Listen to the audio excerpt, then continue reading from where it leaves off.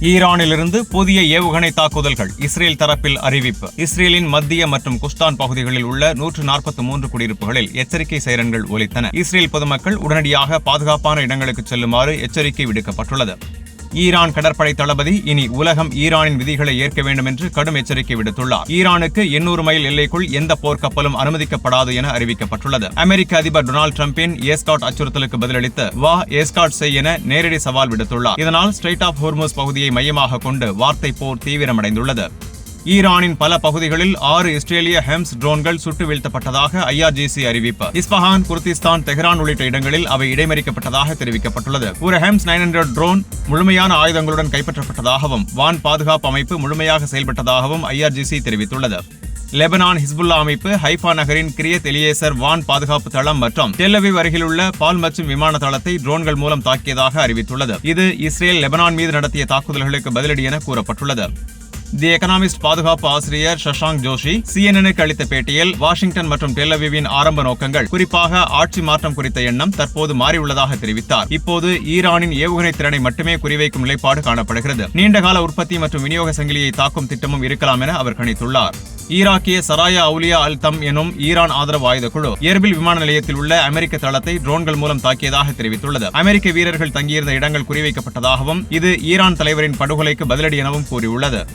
Iran தேசிய பாதுகாப்பு council செயலாளர் அலி லாரிஜானி ட்ரம்ப் அமெரிக்க மக்களை அநியாயமான போரில் இழுத்துள்ளதாக குற்றம் சாட்டியுள்ளார். 500க்கும் மேற்பட்ட அமெரிக்க வீரர்கள் உயிரிழந்துள்ளனர். ட்ரம்ப் இந்த கொள்கை அமெரிக்கா முதலில் என்றதா அல்லது இஸ்ரேல் முதலில் என்றதா என்று கேள்வி எழுப்பிய அவர் இந்த போர் கடுமையான விளைவுகளை ஏற்படுத்தும் என எச்சரித்துள்ளார். ஈரான் அதிபர் மசூத் பெஷேஷ்கியான் அமெரிக்கா இஸ்ரேல் தாக்குதலால் தற்காப்பு நிலை ஏற்பட்டுள்ளதாகவும் அண்டை நாடுகளின் இறையாண்மையை மதிக்க வேண்டும் என்றும் வலியுறுத்தியுள்ளார். பிராந்திய பாதுகாப்பு கூட்டு முயற்சியால் மட்டுமே சாத்தியம் எனவும் அவர் தெரிவித்துள்ளார். அமெரிக்க தலையீடு தொடர்ந்தால் பிராந்திய ராணுவம் மற்றும் பொருளாதார அமைப்புகள் பாதிக்கப்படும் என IRGC எச்சரித்துள்ளது. கத்தார் மற்றும் பஹ்ரைன் உள்ளிட்ட வளைகுடா நாடுகளில் உள்ள அமெரிக்க தளங்கள் கண்காணிக்கப்பட்டு வருவதாகவும் தெரிவித்துள்ளது. தி நியூயார்க் டைம்ஸ் வெளியிட்ட ஈரான் உளவாளிகள் CIA-வை அணுகினர் என்ற செய்தியை ஈரான் உளவுத்துறை மறுத்துள்ளது. இது உளவியல் நடவடிக்கை எனவும் எதிரியை தண்டிப்பதில் ஈரானுக்கு தயக்கமில்லை எனவும் கடும் அறிக்கை வெளியிடப்பட்டுள்ளது. ஈராக்கிய குர்திஸ்தானில் ஈரானிய குர்து பிரிவினைவாதிகள் ட்ரோன் தாக்குதலில் குறிவைக்கப்பட்டுள்ளனர். CNN தகவலின்படி CIA குர்து படைகளுக்கு ஆயுதம் வழங்க திட்டமிட்டுள்ளதாக கூறப்படுகிறது. இது ஈரானின் உள்நாட்டு வளங்களை நீட்டிக்கும் உத்தியாக பார்க்கப்படுகிறது.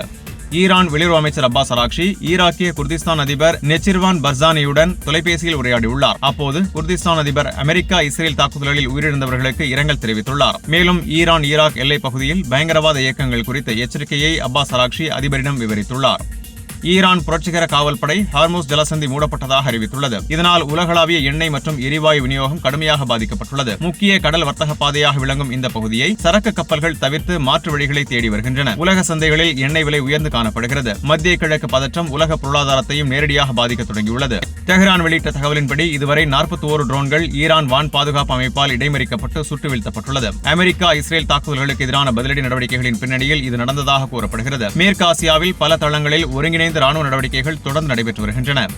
அமெரிக்கா மற்றும் இஸ்ரேல் மேற்கொண்ட தாக்குதல்களில் ஈரான் முழுவதும் மருத்துவமனைகள், பள்ளிகள், வீடுகள் மற்றும் சந்தைகள் சேதமடைந்துள்ளதாக தெரிவிக்கப்படுகிறது. கடந்த சனிக்கிழமை முதல் குறைந்தது 1045 பேர் உயிரிழந்துள்ளதாக தகவல்கள் வெளியாகியுள்ளன. பொதுமக்கள் பாதிப்பு அதிகரித்து வருவது சர்வதேச அளவில் கவலையை ஏற்படுத்தியுள்ளது. இந்திய பெருங்கடல் பகுதியில் இலங்கை கடற்கரை அருகே ஈரானிய கடற்படை கப்பல் அமெரிக்க டார்பிடோ தாக்குதலில் மூழ்கியுள்ளது. இதில் குறைந்தது 87 பேர் உயிரிழந்ததாகவும் 32 பேர் மீட்கப்பட்டதாகவும் கூறப்படுகிறது. கடல் மோதல்களில் 2ஆம் உலகப் போருக்கு பிறகு இத்தகைய தாக்குதல் நடத்தப்படுவது இதுவே முதல் முறை.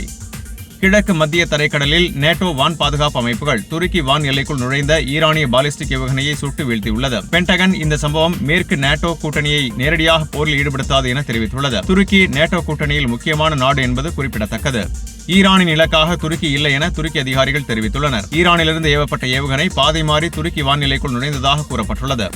இஸ்ரேல் ஹிஸ்புல்லாவின் இலக்குகளை குறிவைத்து லெபனான் பகுதியில் தாக்குதலை தொடர்ந்து வருகிறது. லெபனானின் தெற்கு கிராமங்களில் வசிக்கும் மக்களுக்கு வெளியேற உத்தரவு பிறப்பிக்கப்பட்டுள்ளது. இஸ்ரேல் லெபனான் எல்லைப் பகுதியில் மனிதாபிமான நெருக்கடி உருவாகும் அபாயம் அதிகரித்துள்ளது. சவுதி அரேபியா வெளியுறவு அமைச்சர் ஃபைசல் பின் ஃபர்ஹான் மார்க்கோ ரூபியோவுடன் தொலைபேசியில் பேச்சுவார்த்தை நடத்தியுள்ளார். ரியாத் வெளியிட்ட அறிக்கையில் பிராந்திய நிலைமை மற்றும் பதற்றத்தை கட்டுப்படுத்துவது குறித்து ஆலோசனை நடைபெற்றதாக கூறப்பட்டுள்ளது. தெஹ்ரான் நகரில் இரவு முழுவதும் பலத்த வெடிப்புச் சத்தம் கேட்கப்பட்டதாக தகவல் வெளியாகியுள்ளது. ராணுவ தலைமையகங்கள் மற்றும் அரசியல் மையங்கள் குறிவைக்கப்பட்டதாக கூறப்படுகிறது. சுகாதார அமைச்சக தகவலின்படி 1000க்கும் மேற்பட்ட பொதுமக்கள் உயிரிழந்துள்ளனர். 6000க்கும் மேற்பட்டோர் காயமடைந்துள்ளனர். அதே நேரத்தில் IRGC 17 மற்றும் 18வது அலை பதிலடி தாக்குதல்கள் தொடரும் என அறிவித்துள்ளது. ஈரான் ஆயுதப்படைகள் பேச்சாளர் அபு அல் பதுல் ஷகார்சி இஸ்ரேல் லெபனானில் உள்ள ஈரானின் நலன்களை குறிவைத்தால் பிராந்தியத்தில் உள்ள இஸ்ரேலிய தூதரகங்கள் தாக்கப்படும் என எச்சரித்துள்ளார். இதுவரை பிற நாடுகளுக்கான மரியாதையால் அவை குறிவைக்கப்படவில்லை என அபு அல் பதுல் அல் ஷகார்சி தெரிவித்துள்ளார். வெள்ளை மாளிகையில் டொனால்டு டிரம்ப் நிர்வாகம் பாதுகாப்பு தொழில்துறை நிறுவனங்களுடன் அவசர கூட்டம் நடத்த திட்டமிட்டுள்ளது. லாக்ஹீட் மார்டின் மற்றும் ரேடியன் உள்ளிட்ட நிறுவனங்கள் இதில் பங்கேற்கின்றன. ஈரான் மீதான தாக்குதலுக்கு வெடிமருந்துகள் பெருமளவில் தேவைப்பட்டதை அடுத்து வாஷிங்டனில் ஆயுதப் பொருட்களை சேமித்து வைக்க வேண்டிய அவசரத்தை இந்த கூட்டம் எடுத்துக்காட்டுகிறது. உக்ரைன் போர் மற்றும் காசா மீதான இஸ்ரேலிய போர் ஆகியவை பீரங்கி அமைப்புகள், வெடிமருந்துகள் மற்றும் டாங்கி எதிர்ப்பு ஏவுகணைகள் உள்ளிட்ட அமெரிக்க கையிருப்புகளிலிருந்து பில்லியன் கணக்கான டாலர் மதிப்புள்ள ஆயுதங்கள் தீர்ந்துவிட்டதாக ராய்டர்ஸ் செய்தி வெளியிட்டுள்ளது. IRGC வெளியிட்ட அறிக்கையில் 17வது அலை தாக்குதலில் 40 ஏவுகணைகள் அமெரிக்க மற்றும் இஸ்ரேல் இலக்குகளுக்கு ஏவப்பட்டதாக தெரிவிக்கப்பட்டுள்ளது. கத்தாரில் உள்ள அமெரிக்க FPS-132 ரேடார் அமைப்பு இந்த தாக்குதலில் சேதமடைந்ததாக கூறப்படுகிறது. சீனா மத்திய கிழக்கு பதற்றத்தை குறைக்க சிறப்பு தூதரை அனுப்ப முடிவு செய்துள்ளது. வெளியுறவு அமைச்சர் வாங் யி சவுதி மற்றும் UAE அதிகாரிகளுடன் பேசியுள்ளார். போர் விரிவடையாமல் தடுப்பது அவசியம் என பெய்ஜிங் வலியுறுத்தியுள்ளது. அன்சார் அல்லா தலைவர் அப்துல் மாலிக் அல் ஹூதி ஈரானுக்கு எதிரான போர் அநியாயமானது என தெரிவித்துள்ளார். சில அரபு நாடுகள் அமெரிக்கா இஸ்ரேலுக்கு ஆதரவாக உள்ளதாகவும் அவர் குற்றம் சாட்டியுள்ளார். இஸ்ரேல் தரைப்படைகள் லெபனான் தெற்கு எல்லைப் பகுதிக்குள் நுழைந்ததாக தகவல் வெளியாகியுள்ளது. பிராந்திய பதற்றம் மேலும் அதிகரித்து வருகிறது. சர்வதேச சமூகம் கவலை வெளியிட்டுள்ளது. இமானுவேல் மேக்ரான் பெஞ்சமின் நெத்தன்யாகுவுடன் தொலைபேசியில் பேசியுள்ளார். லெபனானில் தரைப்படை நுழைவை தவிர்க்குமாறு வலியுறுத்தியுள்ளார்.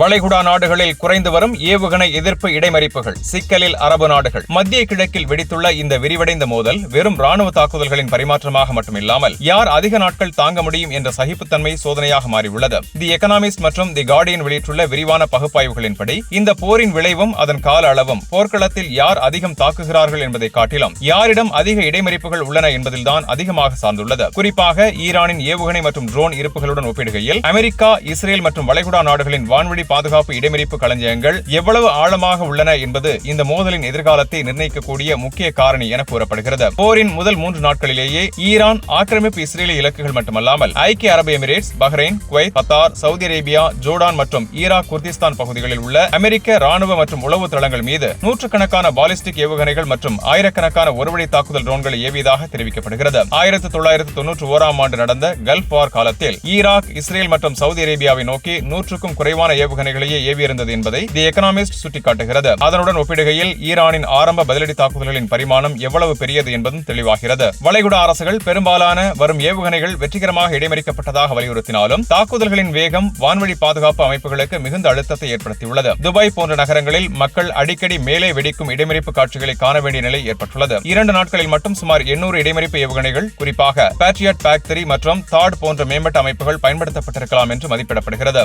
ஆனால் இவை மலிவான அல்ல. அவற்றின் உற்பத்தி திறனும் குறைவு. லாக்ஹீட் மார்டின் ஆண்டுக்கு சுமார் 600 PAC-3 ஏவுகணைகளையே தயாரிக்கிறது. தாட் அமைப்புகளின் உற்பத்தி அதைவிட குறைவு. இவை உலகின் பல பகுதிகளுக்கு இந்தோ பசிபிக், ஐரோப்பா, அமெரிக்க உள்நாடு விநியோகிக்கப்படுகின்றன. எனவே தாக்குதல் வேகம் தொடர்ந்தால் வளைகுடா நாடுகள் இடைமறிப்பு களஞ்சியங்களை பகிர்ந்து பயன்படுத்த வேண்டிய கட்டாயம் உருவாகலாம். இந்த மோதல் தற்போது ஒரு பரந்த பிராந்திய போர்க்களமாக மாறியுள்ளது. Qatar, Abu Dhabi, Kuwait, Iraq, Bahrain, Oman ஆகிய இடங்களில் உள்ள அமெரிக்க தளங்கள் தாக்குதலுக்குள்ளாகியுள்ளன. 2ஆம் உலகப் போருக்கு பிறகு மேற்கு ஆசியாவில் இவ்வளவு பரந்த அளவில் பரவிய மோதல் அரிது என்று தி கார்டியன் குறிப்பிடுகிறது. வாஷிங்டனில் உள்ள Center of a New American Security பாதுகாப்பு திட்ட இயக்குனர் ஸ்டேசி பெட்டிஜான் இந்த மோதலை ஆயுத போட்டி என்று விவரிக்கிறார். அதாவது ஒருபுறம் அமெரிக்கா மற்றும் இஸ்ரேல், மறுபுறம் ஈரான் பெரிய அளவிலான துல்லியமான ஆயுதங்களை பரிமாறிக்கொள்கின்றன. முக்கிய ஆயுதங்களின் ஆழமான இருப்பு யாரிடம் உள்ளது என்பதுதான் கேள்வி. ஈரானின் இருப்புகள் எவ்வளவு ஆழமானவை என்பது பெரிய அளவில் அறியப்படாதது என்று அவர் கூறுகிறார். இதற்கிடையில் ஐக்கிய அரபு எமிரேட்ஸ் தனது இடைமறிப்பு இருப்புகள் குறைந்து வருகின்றன என்ற தகவல்களை மறுத்துள்ளது. 174 பாலிஸ்டிக் ஏவுகணைகளில் 161 இடைமறித்ததாகவும் 689 ட்ரோன்களில் 645 சுட்டு வீழ்த்தியதாகவும் தெரிவித்துள்ளது.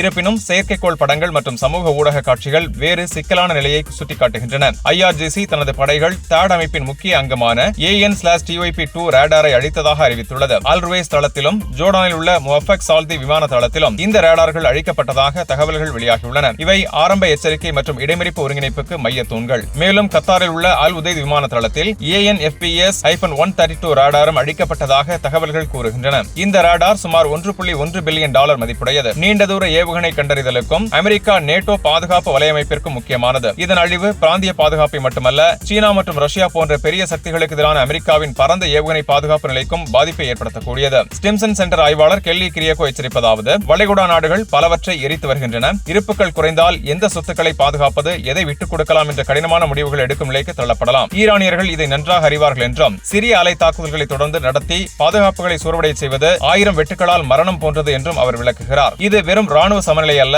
செலவும் உற்பத்தி கால அளவுகளும் இந்த போரின் திசையை தீர்மானிக்கின்றன. ஒரு ட்ரோனை இடைமறிப்பதற்கான செலவு அதை தயாரிப்பதற்கான செலவின் 5 மடங்கு அதிகமாக இருக்கலாம். மேம்பட்ட அமெரிக்க இடைமறிப்பு ஏவுகணைகள் விலை உயர்ந்தவை மட்டுமல்ல, மீண்டும் தயாரிக்கவும் நீண்ட காலம் எடுக்கிறது. உலக அளவில் குறிப்பாக உக்ரைன் மற்றும் தைவான் போன்ற பகுதிகளில் கூட அதிக தேவை உள்ளது. இடைமறிப்பு இருப்புகள் கணிசமாக குறைந்தால் தாக்குதல்களை நிறுத்தி பேச்சுவார்த்தை நடத்த அழுத்தம் அதிகரிக்கலாம் என்று பெட்டிஜான் எச்சரிக்கிறார். அமெரிக்கா தனது படைகளை திரும்ப பெற முடியும், ஆனால் இஸ்ரேல் அதை போல எளிதில் செய்ய முடியாது. இதனால் வளைகுடா நாடுகளே இந்த பதிலடி தாக்குதல்களின் பெரும் சுமையை தாங்கும் நிலை உருவாகியுள்ளது.